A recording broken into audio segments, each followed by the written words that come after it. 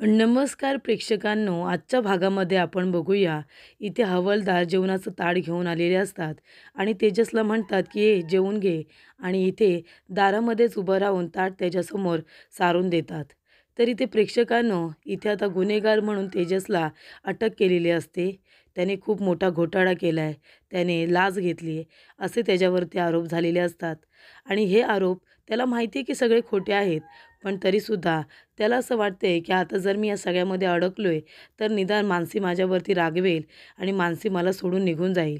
आणि जर त्या रणजितबरोबर गेल्या, तर मात्र त्यांचं आयुष्य सुखी होईल, असं इकडे तेजसला वाटत असतं. आणि म्हणून तो हे आळ स्वतःवरती घ्यायलासुद्धा तयार झालेला असतो. पण कुठे ना कुठेतरी माणसाला माहिती असतं की मी तर काहीच केलेलं नाही आहे. आणि त्याने ते जेवणाचं ताट हातामध्ये घेतल्यानंतर त्याला इकडे मानसीची आठवण येते. मानसीची आठवण येते. तो मनामध्ये विचार करत असतो की मानसी त्याच्यासाठी किती काय काय करत होती. ज्या वेळेला त्याला सरकारी नोकरी लागली होती, त्यावेळेला मानसी सगळ्यात आधी उठून त्याच्यासाठी तिने डबा तयार केलेला असतो.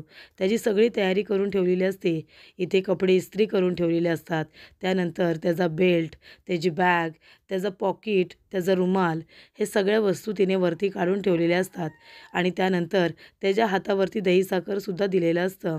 जेव्हा इथे मानसी त्याचा डोळा फुंकून देत असते, त्याच्या डोळ्यामध्ये काहीतरी गेलेलं असतं, तेव्हा ती त्याच्या डोळ्यामध्ये फुंकर मारत असते, त्याची काळजी घेत असते.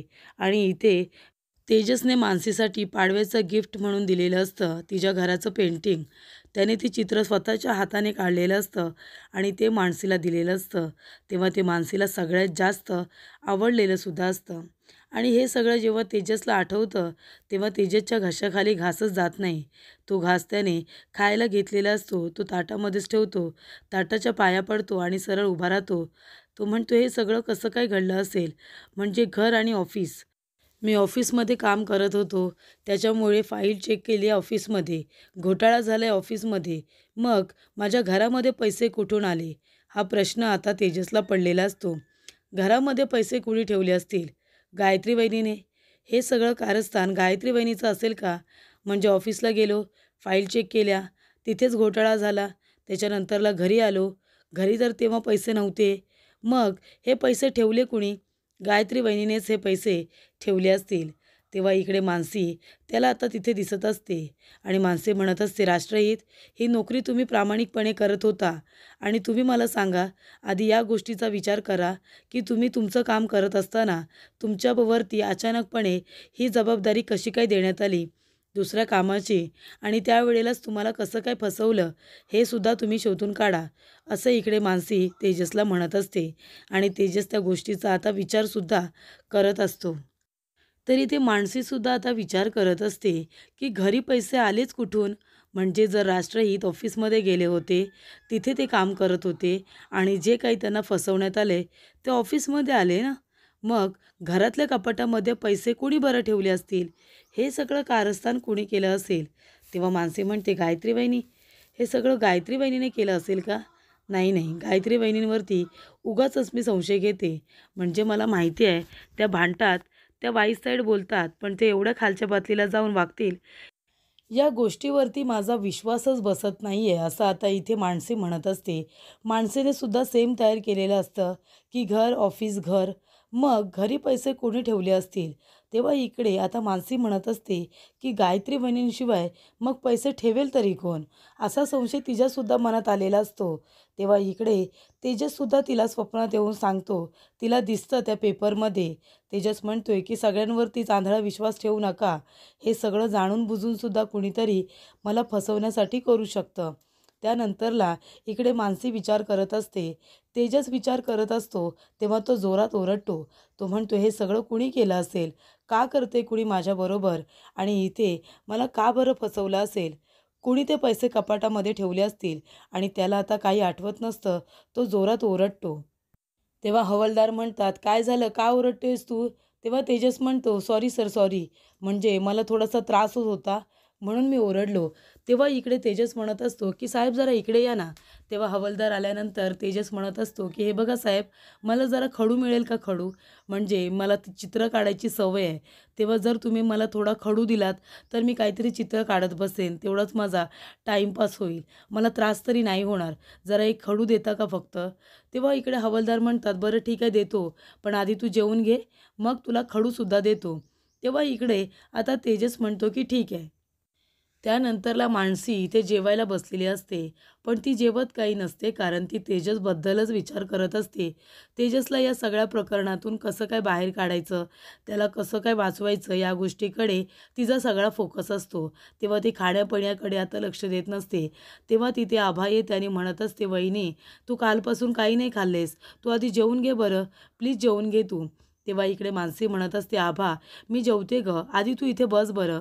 आणि त्या आभाला माणसे विचारत असते की मला जरा विचार करून नीट सांग, ज्या वेळेला मी हॉस्पिटलमध्ये होते त्यावेळेला आपल्या घरी कुणी आलं होतं का, असं अनोळखी कुणी आलं होतं आपल्या घरामध्ये? तेव्हा आभा म्हणते की नाही वहिनी, म्हणजे तू हॉस्पिटलमध्ये असताना मी जेव्हा घरी होते तेव्हा कुणी आलं नव्हतं आपल्या घरामध्ये. पण मी कॉलेजला गेल्यानंतर मला नाही माहिती, पण सहजासहजी तर आपल्या घरी असं अनोळखी कुणीच आलेलं नाही आहे. तेव्हा मानसी म्हणते की आभा, जर आपल्या घरी कुणी अनोळखी आलेलं नाही आहे तर मग कपाटामध्ये पैसे कुठून येतील ना? तेव्हा इकडे आभा म्हणते, हो ना गं वहिनी, ते मला पण कळत नाही आहे.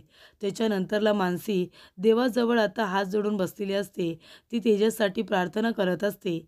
मानसी म्हणत असते की देवा, तुम्हाला पण माहिती आहे तेजस प्रामाणिकपणे नोकरी करतायत. त्यांनी खरंच काही केलेलं नाही आहे. त्यांनी लाज वगैरे घेतलेलीच नाही आहे. तेव्हा आज तेजसवरती कोर्टामध्ये आरोप होतील, त्यांच्यावरती आरोप प्रत्यारोप केले जातील. पण तरीसुद्धा मी त्यांच्यावरती अविश्वास दाखवणार नाही. कारण मला माहिती आहे तेजसने काही केलेलं नाही आहे. ते प्रामाणिकपणे हे नोकरी करत होते. तेव्हा माझ्या पाठीशी उभे राहा आणि तेजसच्यासुद्धा आमच्या पाठीशी खंबीरपणे उभे राहा देवा, आणि आज काही तर सोक्ष लागू दे. इथे तेजस निर्दोष आहेत हे किमान तरी सिद्ध होऊ दे, असं मानसी म्हणते. तेव्हा इकडे तात्यासाहेबसुद्धा आलेले असतात. तेव्हा तात्यासाहेब मानसीला बघतात. तिथे आता मानसीने दिलेल्या अक्षदा तात्यासाहेब देवाच्या समोर ठेवतात आणि तिथून जात असतात देवाचा आशीर्वाद घेऊन. तेव्हा मानसी म्हणत असते की तात्यासाहेब, आज तुम्ही बघा कोर्टामध्ये काही नाही होणार. तेजसच्या विरोधामध्ये कुणी काही बोलणार नाही. तेजस निर्दोष आहेत. त्यांच्यावरती किती आरोप केले ना तरीसुद्धा माझा विश्वास आहे त्यांच्यावरती. मी त्यांना निर्दोष सिद्ध करून दाखवेन. तुम्ही काळजी करू नका, फक्त तुम्ही आशीर्वाद द्या. तेव्हा इकडे तात्यासाहेब तिला आता आशीर्वाद देतात. तिच्या डोक्याला पूर्णपणे हात लावत नाही, पण तिला लांबूनच आशीर्वाद देतात आणि म्हणतात की तुझा विश्वास खरा ठरू दे आणि तू खरोखर त्याला या संकटातून बाहेर काढशील का? तेव्हा मानसी म्हणते, हो तात्यासाहेब, मी खरोखर त्यांना या संकटातून बाहेर काढेन. मी बायको आहे त्यांची आणि मला माझ्या नवऱ्याची काळजी नाही तर कुणाला असणार? त्यांना कितीही या प्रकरणामध्ये अडकवण्याचा प्रयत्न केला, फसवण्याचा प्रयत्न केला ना, तरी बायको म्हणून मी त्यांची साथ कधीही सोडणार नाही. त्यांना या संकटातून बाहेर काढण्यासाठी मी हवे तेवढे प्रयत्न करायला तयार आहे तात्या. पण तुम्ही तुमचा आशीर्वाद नेहमी आमच्या पाठीशी ठेवा. तेव्हा इकडे माणसे आता जाते. तेव्हा इथे तात्यासाहेब म्हणत असतात की देवा, या मुलीचा विश्वासच खरा ठरू दे. ती म्हणते ना की ती तेजसला निर्दोष सिद्ध करेल, तर अगदी तिच्या मनाप्रमाणे होऊ दे. तुमचा आशीर्वाद तिच्या पाठीशी ठेवा. त्यानंतरला इथे आता कोर्टाच्या बाहेर इथे मानसी, त्याचबरोबर तात्या, सुगंधा सगळेजण आलेले असतात. गायत्रीसुद्धा असते आणि रणजितसुद्धा. त्यानंतरला तेजसला घेऊन जात असतात कोर्टामध्ये. तेव्हा इकडे तेजस बाहेर आल्यानंतर मानसी म्हणत असते की मावशी, तेजस आलेत. तेव्हा इकडे सुगंधा आपल्या लेकाजवळ धावत पळत जाते. ती म्हणत असते की तेजस, हे सगळं काय आहे रे? काय आहे सांग ना? तुझ्यावरती एवढा मोठा आरोप का केला या लोकांनी? कोण तुला फसवतंय? तेव्हा इकडे सुगंधा रडत असते. तेव्हा मानसी म्हणत असते की मावशी, तुम्ही रडू नका, प्लीज तुम्ही रडू नका, शांत व्हा. तेव्हा तेजस म्हणत असतो, आई, तू अशी रडू नकोस गं, तू शांत हो ना, हे बघ मला काही नाही होणार आहे. तेव्हा तेजस म्हणत असतो की हे बघ शांत हो, प्लीज रडू नकोस. तेव्हा सुगंधा म्हणते की बाळा, अरे तू गप्प का बसलेस? तू गप्प बसलेस ना म्हणून आमचं खच्चीकरण झालंय रे. म्हणून आम्ही जसे काही कोलमडून पडलोत. तेव्हा तू गप्प बसू नको. तू जर गप्प बसलास तर सगळं काही हातातून निसटून जाईल बाळा. तेव्हा तुला जे काही विचारलं जाईल त्याची प्लीज तू उत्तरं दे. जे काही आहे ते खरं खरं सांग. खरं खरं सांग बाळा, अजिबात काही खोटं बोलू नकोस आता. तेव्हा इथे आता वकील म्हणत असतात, हे बघा जे काही बोलून झालं असेल ते झालं, पण आता जास्त काही बोलू नका, त्यांना जाऊ दे. तेव्हा इकडे मानसी म्हणत असते की राष्ट्रहित प्लीज गप्प बसू नका. कालसुद्धा तुम्हाला वकील सगळं काही विचारत होते, तुम्ही एकासुद्धा प्रश्नाचं उत्तर दिलं नाही, तुम्ही काही बोलतसुद्धा नाहीत. असं का? सांग ना तेजस, असं का? तेव्हा इथे तेजस म्हणत असतो की हे बघा असं काही नाही आहे. तेव्हा इकडे मानसी म्हणत असते, प्लीज आता तरी कोर्टामध्ये बोला, तुम्हाला जे काही प्रश्न विचारले जातील त्याची उत्तरं द्या. तेव्हा इकडे इन्स्पेक्टर साहेब म्हणत असतात की हे बघा यांना घ्या तुम्ही, इथे कोर्टाच्या आवारामध्ये बाहेरचं काही बोललं जात नाही. तुम्हाला माहिती नाही आहे का? तुम्ही त्यांच्याशी काही बोलू नका, नाहीतर आमची नोकरी जाईल. तेव्हा हवालदार मॅडम यांना बाजूला करा, असं इन्स्पेक्टर साहेब म्हणतात. तेव्हा मानसी म्हणत असते, हो साहेब सॉरी, मला फक्त 2 मिनटं बोलायचं त्यांच्याशी. हे बघा तेजस, काल जसे गप्प बसलात तसे आज गप्प बसू नका, खरं खरं सांगा. तेव्हा लेडीज कॉन्स्टेबल इथे आता माणसाला धक्का देतात आणि म्हणतात, चल हो बाजूला. तेव्हा इकडे मानसी आता पडणारच असते, तेवढ्यातच रणजितने तिला सावरलेली असते. तेव्हा इकडे मानसी आता स्वतःला त्याच्या हातातून सोडवत असते. ती म्हणत असते, राष्ट्रहित हे बघा मला माझं काही वाटत नाही आहे, माझ्यासाठी तुम्ही महत्त्वाचे आहात. तुम्ही प्लीज खोटं बोलू नका आणि कोर्टामध्ये गप्प बसू नका. तुम्हाला जे काही प्रश्न विचारले जातील त्याची उत्तरं द्या. प्लीज राष्ट्रहित, प्लीज. मला माहिती आहे तुम्ही काय नाही केलं आहे, तुम्ही जे नाही केले त्या चुकीची शिक्षा भोगू नका, तो गुन्हा स्वतःवरती घेऊ नका प्लीज. तेव्हा इकडे रणजित म्हणत असतो की हे बघा तेजसराव, तुम्ही जे काही माझ्यावरती जबाबदारी दिली आहे ना, ती जबाबदारी अगदी मी योग्य रीतीने पार पाडेन, तुम्ही अजिबात काळजी करू नका. तेव्हा इकडे इन्स्पेक्टर साहेब म्हणतात, चला रे चला, घ्या त्यांना, आता भरपूर वेळ झाला, आता जास्त वेळ इथे थांबता येणार नाही आहे, चला त्याला घेऊन चला. तेव्हा इकडे मानसी म्हणत असते, राष्ट्रहित प्लीज गप्प बसू नका, प्लीज बोला काहीतरी. मानसीला आता तेजसची काळजी वाटत असते. तिला असं वाटत असतं की तेजस काही बोलायला तर तयारच नाही आहे. तो जर कोर्टामध्ये सुद्धा असाच गप्प राहिला तर मग कदाचित त्याने खरोखर हा गुन्हा केला आहे हे सिद्ध होऊ शकतं आणि मानसीला तेच नको असतं. तेव्हा इथे गायत्रीला मात्र खूप जास्त आनंद होतो. गायत्री म्हणत असते की चला आता तर याने स्वतःवरती सगळा आळ घेण्याचा जो काही निर्णय घेतलेला आहे तो माझ्याच फायद्याच पडणार आहे, असं इकडे आता गायत्रीला वाटत असतं. तेव्हा सगळेजण आता कोर्टामध्ये आलेले असतात. तेव्हा जज साहेबसुद्धा येतात. सगळेजण उभे राहतात, त्यांना आधार देतात. त्याच्यानंतरला इथे कोर्टाची कार्यवाही आता सुरू करा, असं सांगितलं जातं. जज साहेब खाली बसल्यानंतर सगळेजण इथे आता कोर्टाच्या कारवाईला सुरुवात करतात. तेव्हा इकडे सरकारी वकील आता ओपनिंग स्टेटमेंट देत असतात. तेव्हा त्या मॅडम म्हणत असतात की जज साहेब, इथे तेजस प्रभू यांनी सरकारी नोकरी करत असताना एक खूप मोठा फ्रॉड केलेला आहे. तर त्यांनी असे काही कागदपत्र साईन केलेले आहेत, ते लहान मुलांच्या दृष्टिकोनातून खूपच जास्त वाईट आहेत. म्हणजे ज्या ठिकाणी शाळा आहे, मुलं त्या शाळेमध्ये शिकतात, त्या ठिकाणी आता त्यांनी एक टॉवर बांधण्याची परवानगी दिलेली आहे. त्यांनी अशा पेपरवरती साईन केले ज्याच्यामुळे इथे मुलांचं शैक्षणिक आणि इथे सामाजिकदृष्ट्या खूपच जास्त नुकसान होणार आहे. अशा पद्धतीचं स्टेटमेंट त्यांनी आता दिलेलं असतं. तर इकडे ते पेपर असे असतात, ते इलिगल असतात. त्या जागेवरती कुठल्याही पद्धतीचं बांधकाम होऊ शकत नाही. तिथे फक्त लहान मुलांची शाळाच आहे आणि तीच तिथे राहणार. त्या शाळेचं भूमिपूजन तेजस प्रभू यांचे आजोबा यांनी केलं होतं.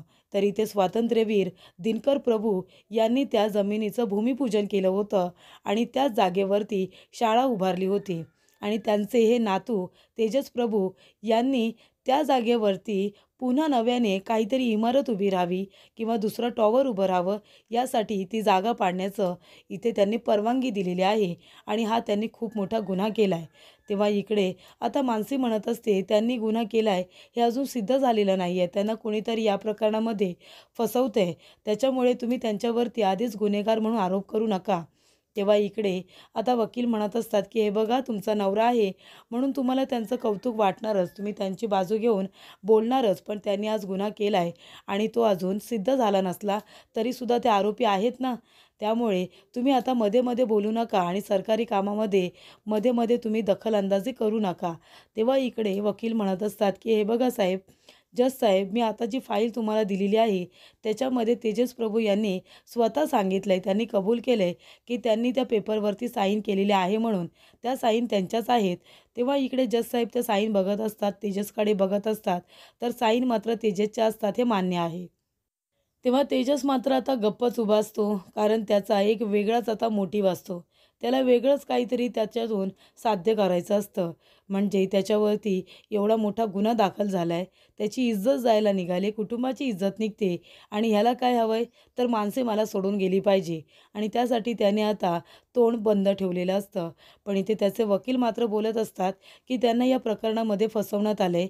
त्यांना कुणीतरी इथे ठार फसवण्याचा प्रयत्न करतंय. बाकी काही नाही. त्याने त्या सह्या केल्यात, पण त्या चुकून केलेल्या आहेत. त्यांना कुणीतरी फसवले जजसाहेब आणि ते पैसेसुद्धा त्यांनी घेतलेले नाही आहेत, तर ते पैसे कुणीतरी त्यांच्या कपाटामध्ये ठेवलेत, असं त्यांचंसुद्धा म्हणणं आहे. तेव्हा इकडे आता वकील म्हणत असतात की हे बघा जजसाहेब, त्यांनी सरकारी नोकरी कशासाठी केली आहे? सरकारी नोकरी त्यांनी लोकांकडून पैसे घेण्यासाठी केली आहे का? म्हणजे ह्या वेळेलासुद्धा त्याने फ्रॉड करण्यासाठी, लाच घेण्यासाठी ते सरकारी नोकरी करतायत का?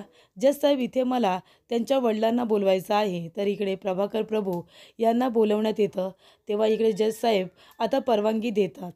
तेव्हा इकडे वकील त्यांना प्रश्न विचारतात की तुम्ही मला सांगा, तुम्ही यांचे कोण? तर मी त्यांचा वडील, तो माझा मुलगा आहे. माझं नाव प्रभाकर प्रभू. तेव्हा इकडे आता वकील विचारत असतात की तुम्ही मला खरं खरं सांगा की तुमच्या मुलाने खरोखर लाच घेतली आहे का? तेव्हा इकडे काका म्हणतात की नाही, त्याला कुणीतरी फसवतं आहे. तेव्हा इकडे वकील विचारत असतात की तुमचा मुलगा कधीपासून सरकारी नोकरी करतोय? तर 1 महिना झाला. 1 महिन्याच्या आधीपासून तो करतोय. त्याच्यानंतरला इथे वकील म्हणत असतात तुमच्या मुलाचं शिक्षण काय आहे? तेव्हा इकडे काका म्हणतात की तो उच्च शिक्षित आहे. त्याचं खूप जास्त शिक्षण झालं आहे, पण त्याची ही पहिलीच नोकरी आहे. तेव्हा इथे वकील म्हणत असतात की मग त्यांनी एवढे जर ते उच्च शिक्षित आहेत, तर मग त्यांची ही पहिली नोकरी का?